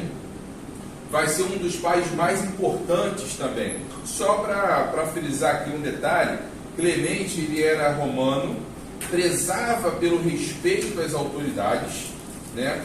E o cuidado com a civilização e a ordem. Por quê? Porque ele, como romano, culturalmente, o romano ele vai ter essa preocupação do respeito com a sua autoridade. Então ele também traz essa questão cultural e aplica dentro desse ensinamento, beleza? Inácio de Antioquia, ele vai ser um dos pais muito importantes também nesse desenvolvimento da doutrina da igreja. Ele vai se voltar principalmente para essa questão doutrinária, e esse Inácio de Antioquia ele vai dar início dentro da sua carta ao conceito para se formar o estudo, por exemplo, da ondologia, cristologia, eucaristia e também a doutrina do batismo. Isso você também pode ler, você pode pesquisar na internet, você vai ter por completo. Eu também trouxe um pedaço da carta de Inácio falando sobre isso, se você quiser também. Pode estar pesquisando depois e lendo toda a carta de Inácio de Antioquia. Ele vai escrever mais à frente vocês vão ver que ele vai escrever para os filipenses, se eu não me engano. Se tornou diácono, se tornou bispo de Antioquia. Ele vai escrever a igreja de Éfeso. Eu falei os filipenses, né? Não, para Éfeso que ele escreveu. É muita informação. Inácio vai ser... não, isso aqui eu vou segurar um pouquinho. Vamos ler lá, por favor, alguém lê aí.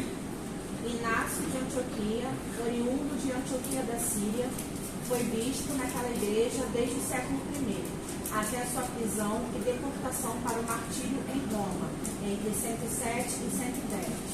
Conhecido como Teófilo, portador de Deus ou portado por Deus, por ter sido um dos meninos que Jesus carregou no colo. É um dos mais importantes personagens cristãos do fim do primeiro século e início do segundo. Foi preso em Antioquia e, durante sua viagem para ser julgado em Roma, escreveu 7 cartas para as igrejas importantes da antiguidade, exortando sobre a unidade, ortodoxia e a fidelidade em meio à perseguição. As cartas foram aos Efésios, Magnésios, Traianos, Romanos, Filadelfienses, Esminiotas e a Policarpo. O tema principal de suas cartas gira em torno da unidade da igreja. Porém, essa unidade deve ser reforçada através da figura do bispo, que é o sucessor de Cristo para as igrejas na terra. Segura aí. Segura não, acabou, né? A ideia da figura do bispo vai ser aquele que vai substituir os apóstolos, que automaticamente é quem substitui o próprio Cristo. Então vai vir esse passado do poder, entre outros. Essas igrejas que foram citadas, elas ficam na Ásia Menor. E a ideia principal de Inácio é a unidade da igreja. É uma igreja que viva uma fé específica. Ele vai também combater essa diversificação de culturas e voltar basicamente para a doutrina. E eu segurei aqui a informação de como ele morreu. Ele foi devorado por feras. Só isso. Só isso. Às vezes a gente não quer pegar isso mais chovendo. Ó Deus, tá falando com alguém não, né?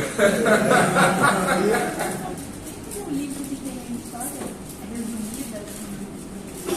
Os pais da igreja você acha fácil na internet, as cartas principais dele. E tem os livros também da patrística. Você vai, no caso, os pais da igreja voltados do protestantismo e os catolicistas, né? Os pais voltados nesse sentido, você vai ter uma série de... mas não um livro Não, você vai ter aí, eu acho que tem uma série que eu estava vendo até para pegar com um amigo emprestado, acho que eles são 4 ou 5. Então, assim, é muita coisa. Hernando, da última aula, me pediu um livro sobre cultura judaica. Ele falou, você pode mandar? Eu falei, posso, filho. Mandei, fala, quer dar o testemunho?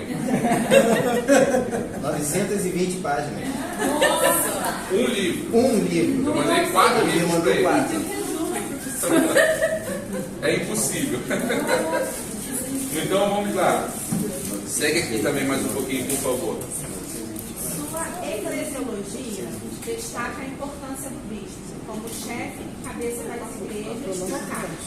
Sua união com Cristo e sua figura de sustentador da unidade da igreja. Além disso, inaugura teologicamente um documento que defende a liderança tripartite, bispo, presbíteros e diáconos.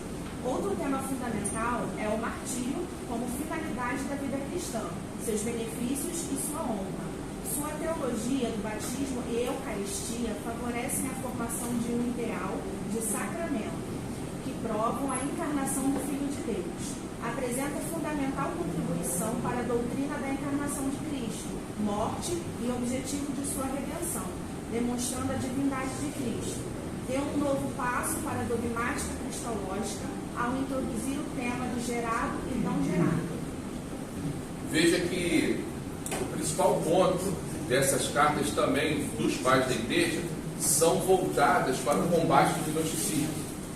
E você vai ver aqui a encarnação de Cristo. Se Cristo encarnou, ele era homem.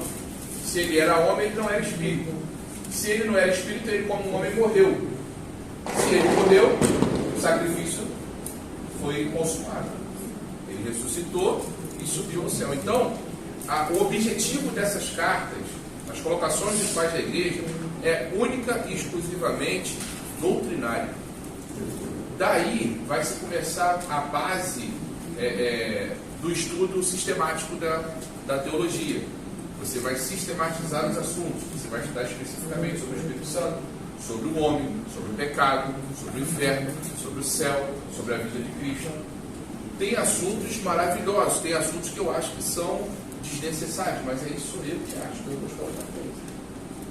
Alguém me perguntou, acho que foi o Rubens, sobre você falou que gostava de sistemática, né? Estudo sistemático. Alguém falou comigo semana passada que, não, foi aquele outro que estava ali atrás. O Bruno. Ele ama estudo sistemático. Eu também gosto, porém, um exemplo, escatologia. Como será a volta de Cristo? Irmãos, já deu pano para mão. Existem linhas. Existem linhas. Se você entrar nessa discussão que nós não vamos fazer agora, o objetivo não é esse, a nossa aula de história, mas só para você poder entender. Tem conhecimentos que às vezes é legal ter, mas não vai agregar muito. Como vai ser a volta de Cristo? Existe um ponto, que todas as linhas escatológicas são iguais. Um ponto. Ele vai voltar. Ele vai voltar e vai pisar na terra. Se ele vai voltar e vai pegar essa igreja e vai levar. Se ele vai voltar e nós vamos reinar com ele aqui na terra. Se ele vai voltar e o corpo nosso vai ser outro. Eu não quero saber, eu quero saber estar com ele. Ponto. Ele vai levar a igreja para o céu? Eu quero ir. Ele vai reinar aqui? Eu quero estar com ele. Você está me entendendo? Se Jesus voltar, tu vai ficar feliz? E eu vou. Eu não, eu quero ir. Não, voltar para... Depois que ele voltar... Tentou, mas não ficou rolando não. Você não rolou não. Pegadinha. Sim. Em relação a estarmos preparados para aquele grande dia, Sim. que eu entendo, né? É sobre a parábola das 10 virgens. Aqui tinha... Está pronto para poder chegar você e com ele. Se vai ser arrebatado, se não vai, de que forma vai ser. Questão histórica. Como é que é o nome do instrumento que Davi matou Golias? Foi a espada. É porque ele Fundo de só de fundo, ele só de pegadinha eu também sei fazer. Pegadinha eu também sei fazer, pô. Ué, eu ainda faço assim, né? Aí ele muda. Pô, Davi matou Golias com poste mesmo. Aí você colocar pedra. Não. Vai ler a Bíblia. Ele caiu. Quando ele caiu, A pedra acertou e ele foi ao chão. Com a sua própria espada, Davi matou Golias, tirando a sua cabeça. Ele matou Golias com a espada de Golias. Não foi com a funda e nem com a pedra. A gente se confunde, né? Entendeu? Mas tá bom, mas vai me dar feliz ou vai subir? Ó, pegadinha de aula de história, tá?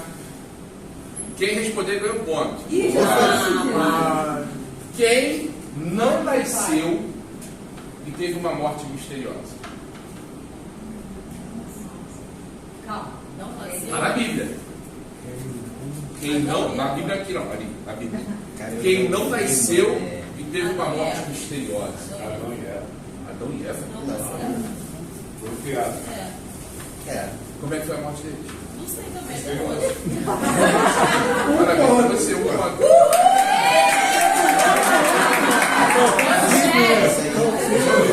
Isso aí deve ser ponto da aula de... Oh, meu Deus. Não, é exegese. Exegese. Vamos lá. Aonde paramos aqui? Falando sobre... Estamos em Inácio de Antioquia. Inácio vai defender a ideia, voltando aqui ao nosso raciocínio de aula, a ideia do bispo, do presbítero e dos diáconos, beleza? O que era o bispo naquele momento? Ele era o representante de toda uma região, o sucessor de algum apóstolo. Ok? Quem vai ser o presbítero? O presbítero vai ser quem vai fazer a liderança de uma igreja local. O pastor, por exemplo. Nós temos também os diáconos, que vai fazer o quê? A administração social e econômica. Vai cuidar das ofertas religiosas. Nesta época ainda não se tem a doutrina do dízimo. Só para fazer essa observação. Inácio vai defender o conceito do batismo como o ingresso dentro desse reino de Deus, tá, ok? A ceia como reconhecimento do sacrifício de Cristo. Isso tudo está na carta lá, os conceitos que Inácio vai defender. A encarnação, debatendo exatamente com os gnósticos, que Jesus era homem, e Jesus era homem, 100% homem, 100% Deus, ok? E essas ideias são exatamente anti-gnósticas. Vai combater esse antidocista, né? esse gnosticismo presente dentro da igreja. Um pedacinho aí da carta de Inácio, deixa eu só aqui, ó. Não é ainda não, tá? Neste ponto,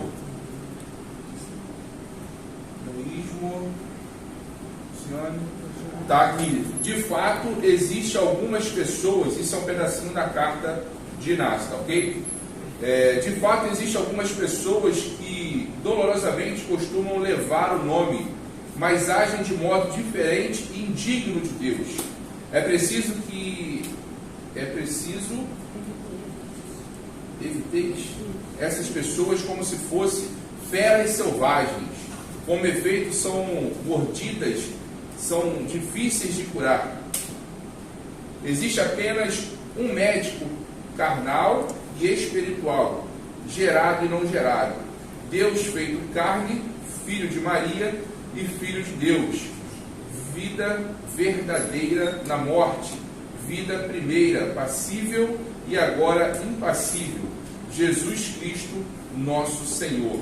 Então ele já começa também a desenvolver na sua carta à igreja de Éfeso a ideia da Trindade. Temos mais um pai também para estar falando. Nossa aula está muito boa, graças a Deus por isso. Bem acho. Vai agora? Você vai agora?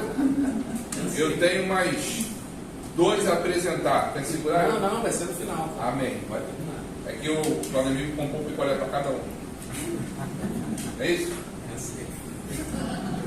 Está cansado? Fui lá na coruja buscar um bolo.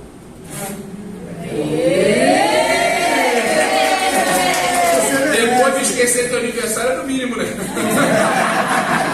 Esquece o meu também. Todo mundo esqueceu, foi só eu não. O aniversário ninguém me deu bolo. O aniversário do Rubem foi sábado, cara. Foi sábado? Ah, também foi sábado, Rubem. Parabéns. Não, mas também foi sábado, a gente não estava aqui. Deixa eu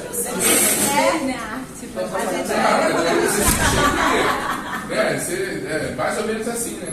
Bagunceiro, né? Vamos lá. Não, eu comprei o bolo e esqueci a coca. Fui lá buscar a coca correndo. Mas ó, eu vou reclamar porque a Cíntia, na última aula, falou que preparou uma recepção para mim lá embaixo, com salgadinhos, né? E aí eu falei o quê? Foi a turma. Então, aí falaram para mim, não, professor, aqui uma recepção. Eu falei, olha, eu acabei de tomar um café reforçado em casa, mas no final da aula eu vou destruir isso daí. Destruíram antes de mim. Cheguei lá, não tinha mais nada. Quando todo mundo que chegasse passasse na nossa linha. Não tinha mais nada lá. Eu na pista. Eu hoje ia comprar 2 caixas de bombom, vou dar para tudo, falei, vou comprar nada. Vou dar em nada. Tava frio já, tava frio. Perdoa. Não, tá perdoado. Mas traz o bombom. Tá? Traz o bombom. No dia da prova. A propósito,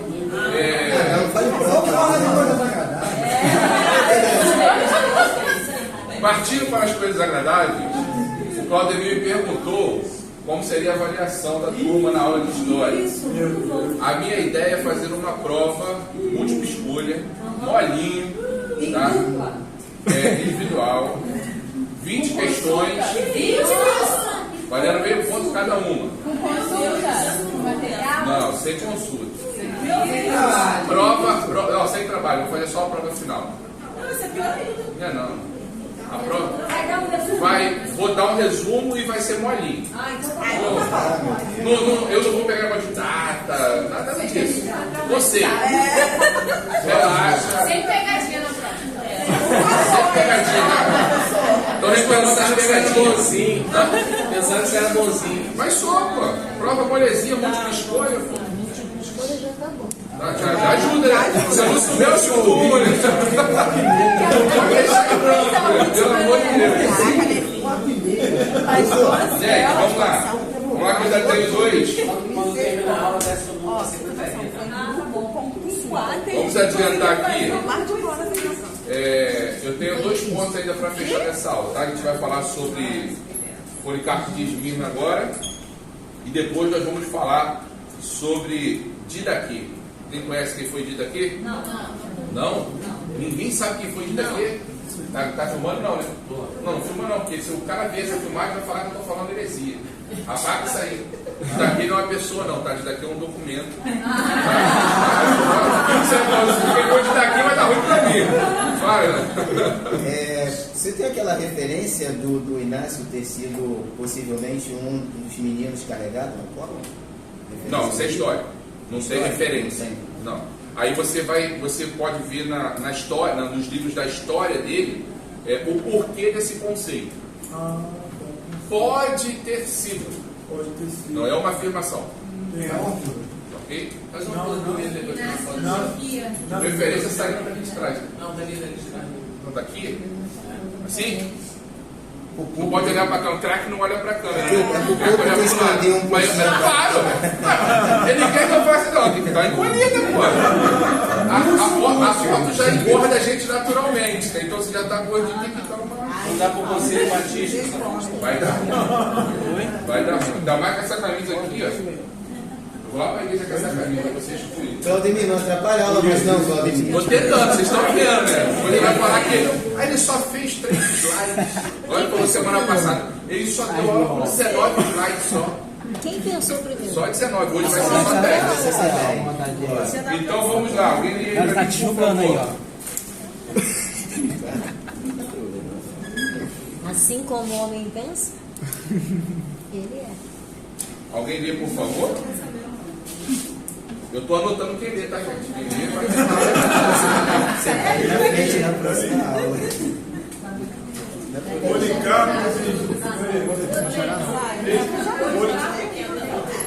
Toda vez que o Claudemir entra na sala, ninguém quer ler. Ela vai ler ali atrás do livro. Policarpo de Esmirna, bispo de Esmirna, conhecido como discípulo direto de João, conservou-se do bispo de Esmirna apenas a carta aos Filipenses, embora tenha escrito várias outras que influenciaram a teologia de Ireneu de Lyon, por exemplo. Sua carta aos Filipenses trata de uma resposta para esta igreja e a Inácio de Antioquia, além de uma tentativa de saber notícias sobre o mesmo. Além dela, existe um importante escrito sobre seu martírio, que se transformou numa hagiografia. É um tipo de biografia dentro do agiológico, que consiste na descrição da vida de algum santo, importante para a história da igreja.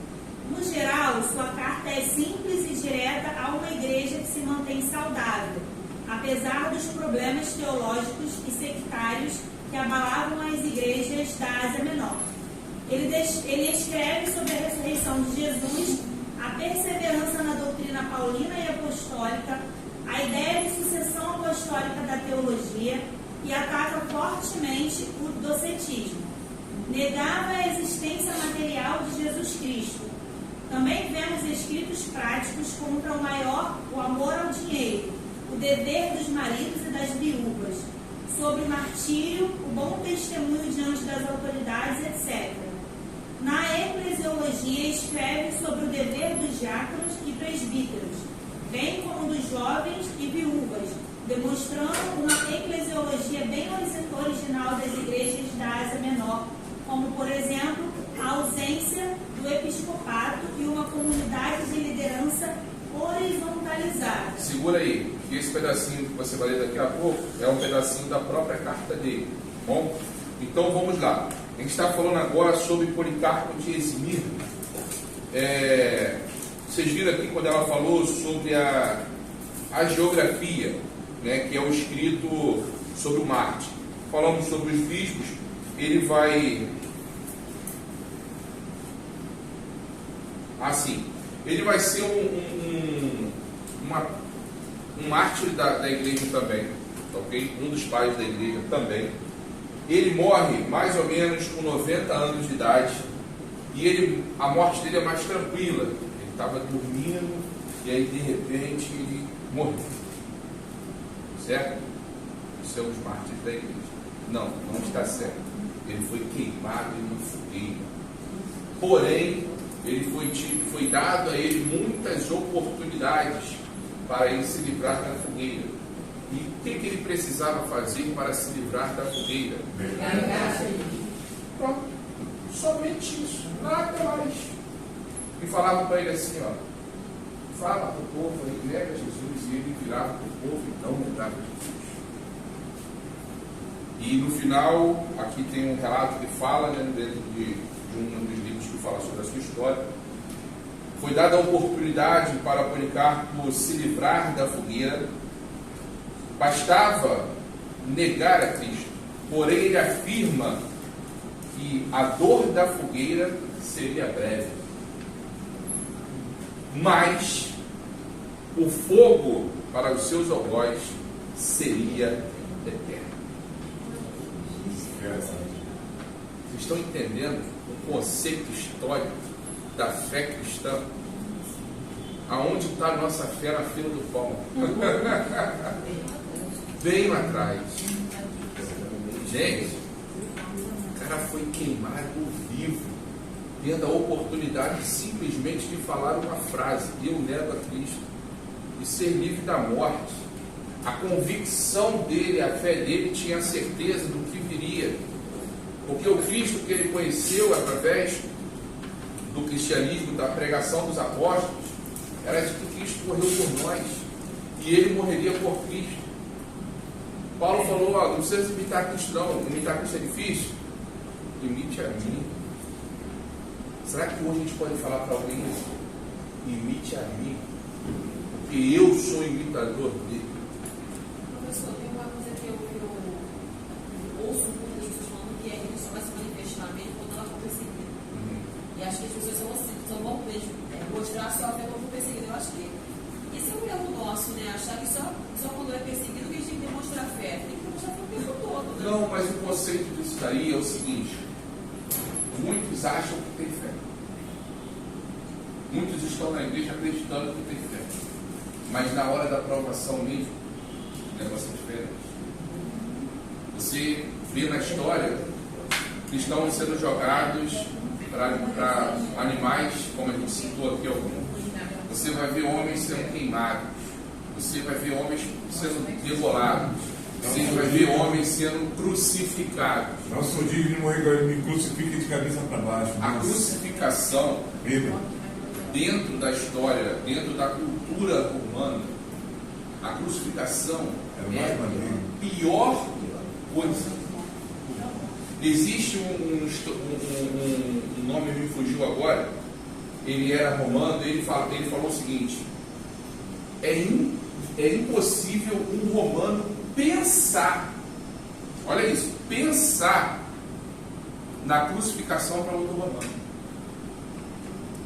O romano não podia nem pensar, isso era usado porque era uma forma de humilhação. Além disso, existiam 4 mortes elaboradas por eles para a época, para poder humilhar, para poder realmente fazer tudo. Era decapitação, era queimar vivo, era o esquartejamento, e isso prendia os 4 trabalhos e a própria crucificação. Então, assim, cristãos foram usados como tocha viva para acender as luzes.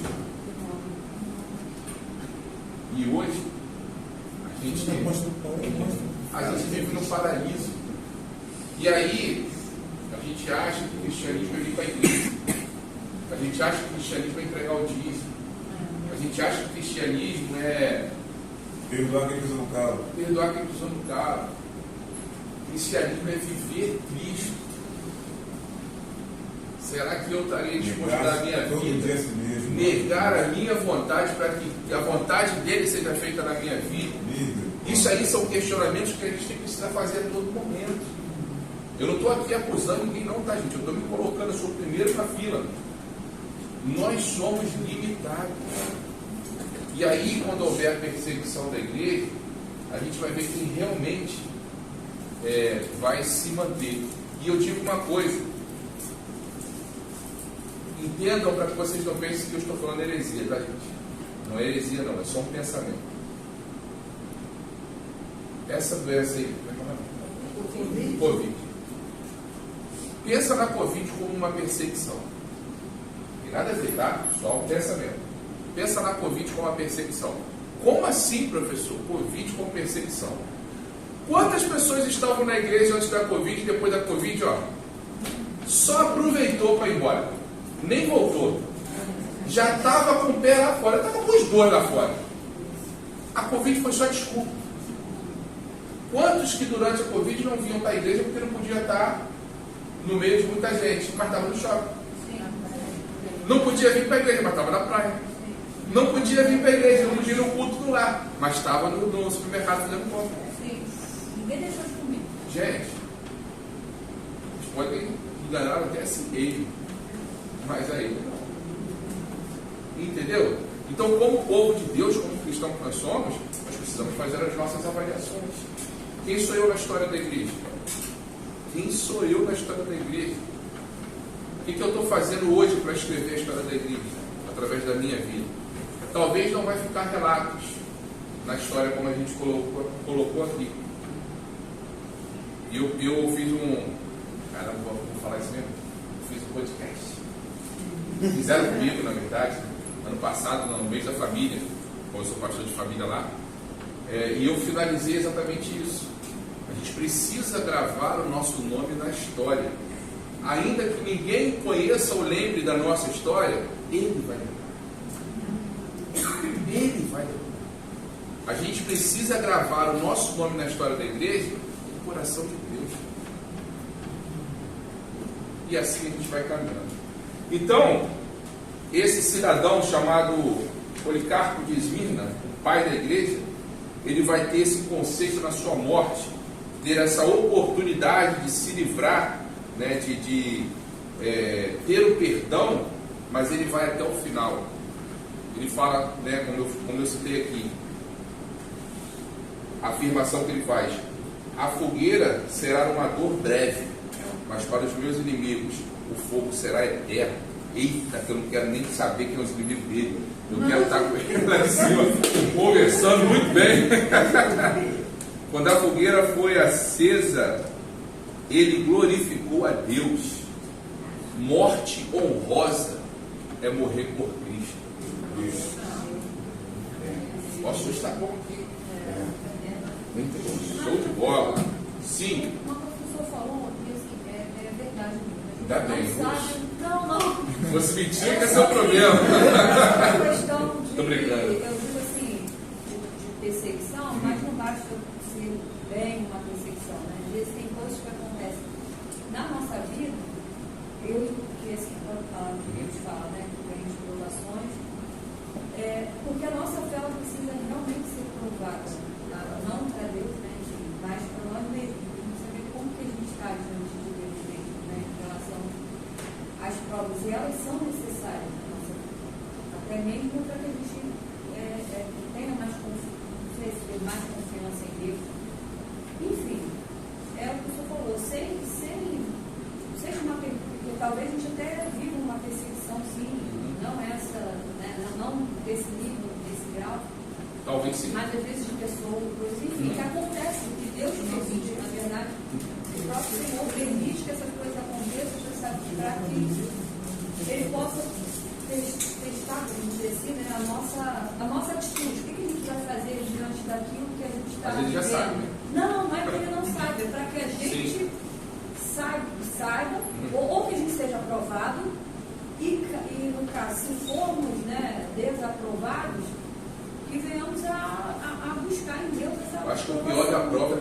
sabe que foi reprovado. É. Isso que é o pior. Fazer a prova não é o problema. Você tem a certeza da reprovação. Isso que é o triste. Agora, a alegria de ser aprovado também é algo que só quem já passou sabe como é que é. Então estuda, que a prova... Estava indo tão bem.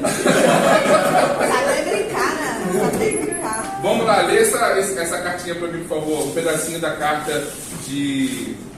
É tanto pai da igreja, não vou ligar. Quem não confessa que Jesus Cristo veio na carne é anticristo.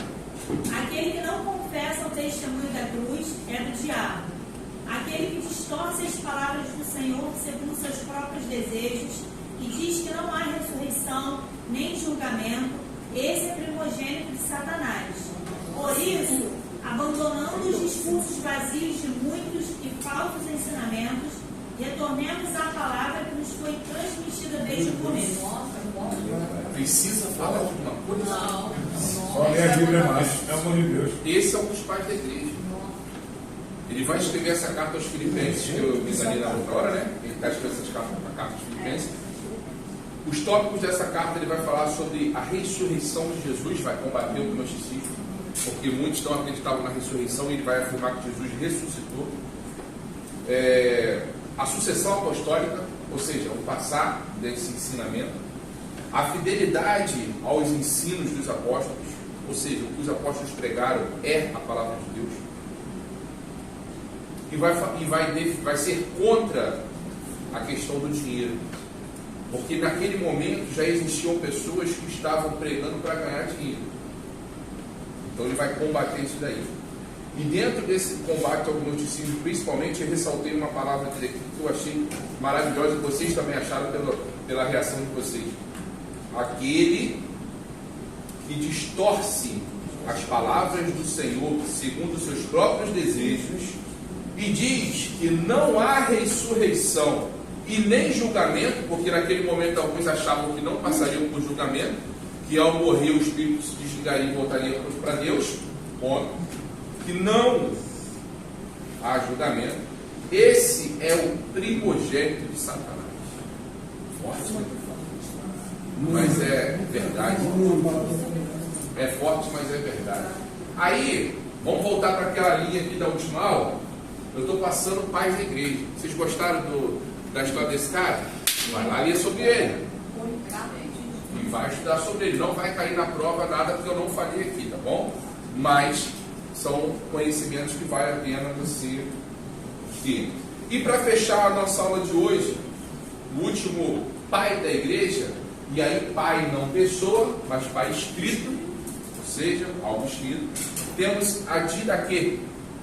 A Didaquê, ela vai ser um documento que ele vai ser dividido em 3 partes.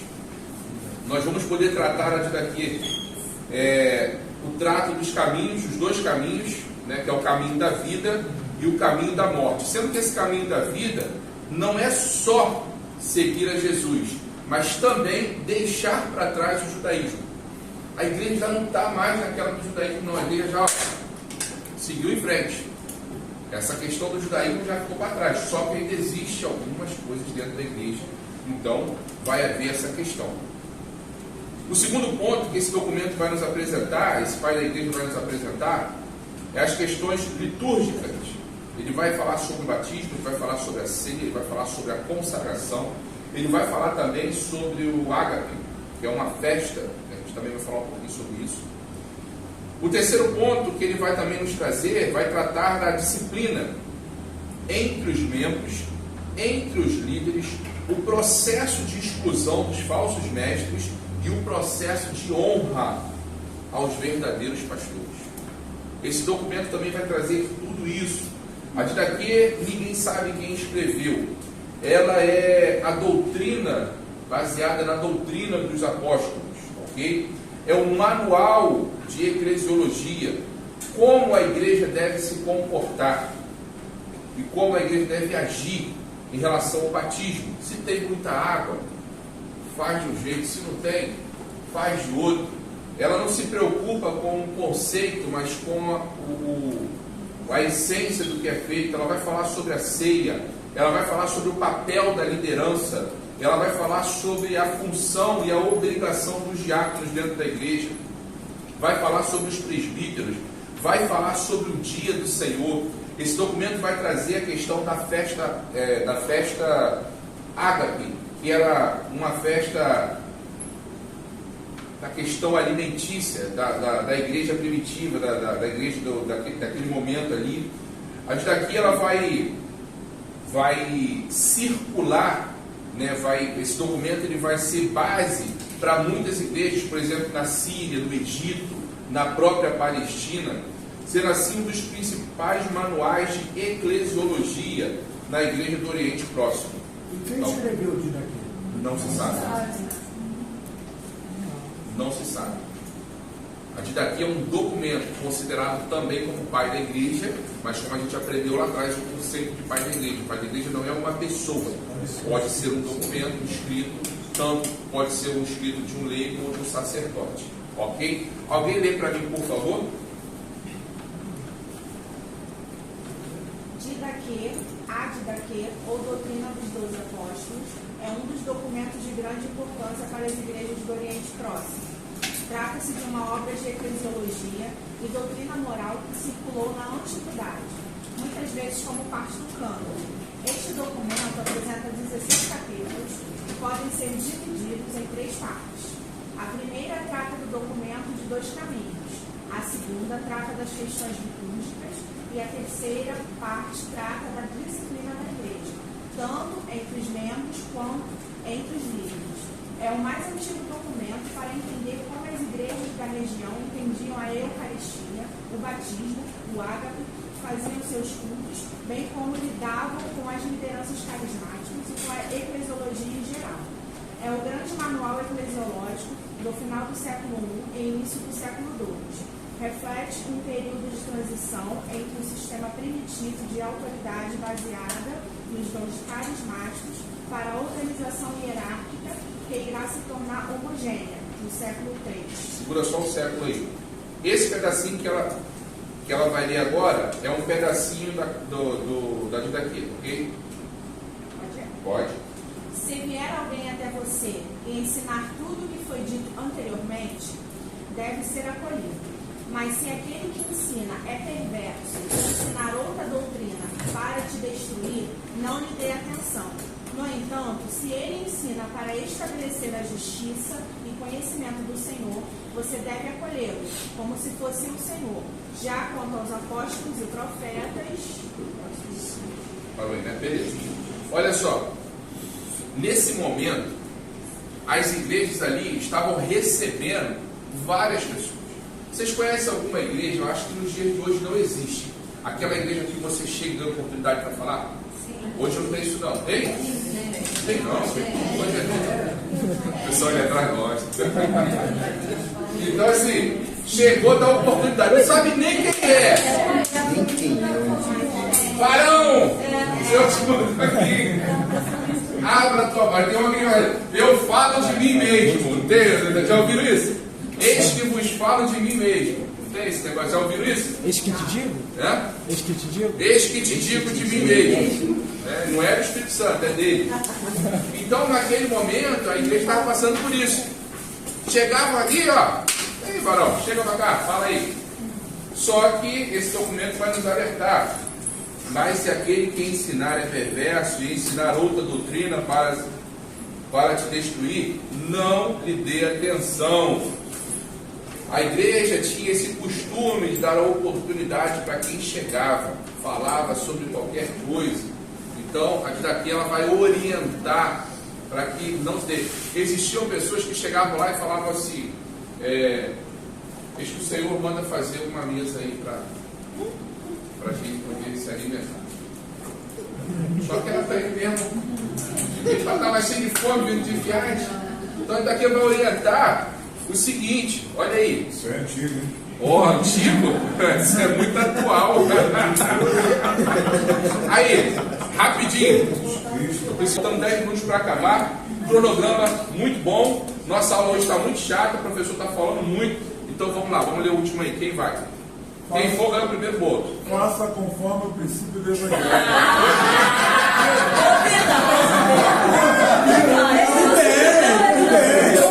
Vai.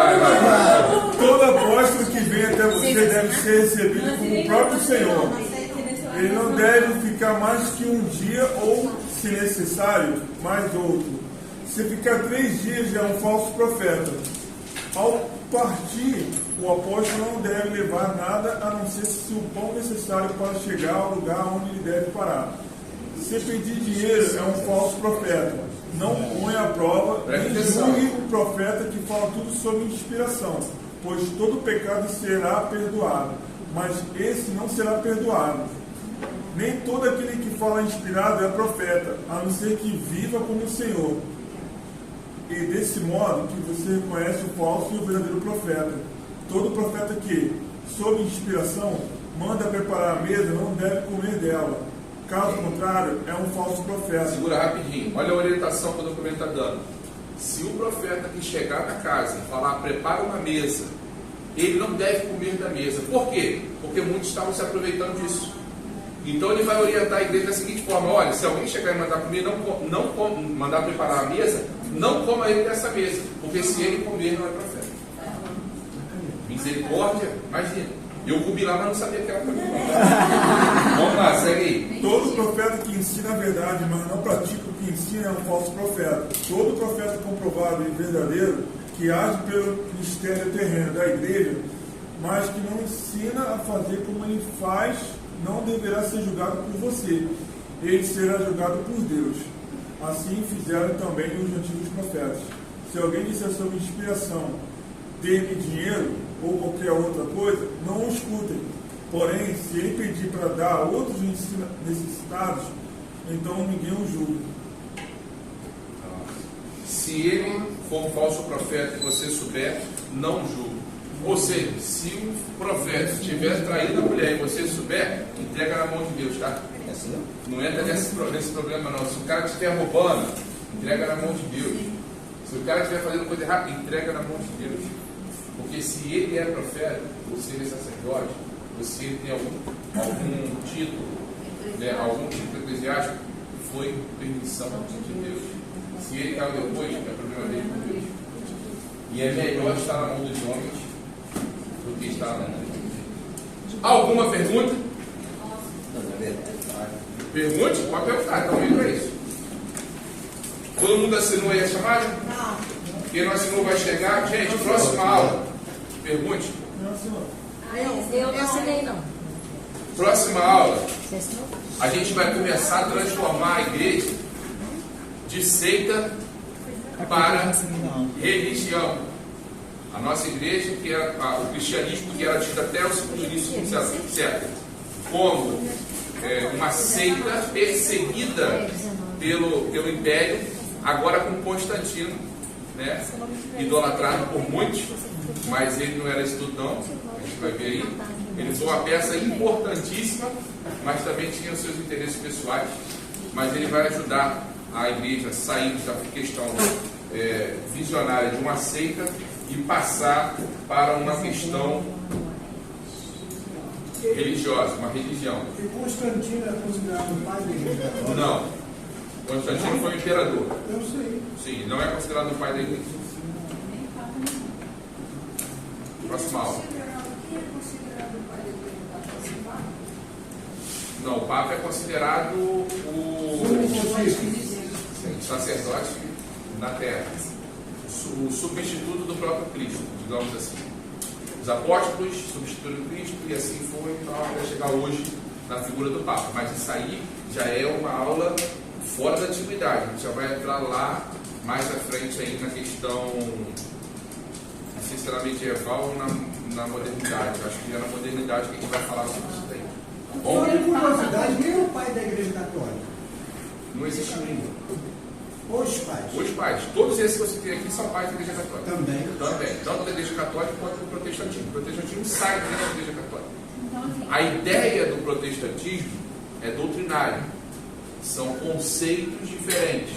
São pensamentos diferentes. São ideias diferentes na tradução. Na antiguidade, nesse período da igreja do protestantismo, quando ele vai sair da igreja católica, ele vai debater algumas coisas, as teses, tal, ele vai debater. Aí é reforma, né? No caso, até então, a igreja se transformou, a igreja católica geral, aí houve a reforma. Mas vocês estão avançando muito na história, vamos devagar, que é muito conteúdo. Mas só para tirar a dúvida. A mesma teologia que vocês estudam, por que ensinam diferente? Essa pergunta só tem que fazer para eles. Com todo respeito à sua pessoa, mas essa só eles podem responder. É uma questão de interpretação. Não estudam mesmo teologia. Não estuda, mas é interpretação.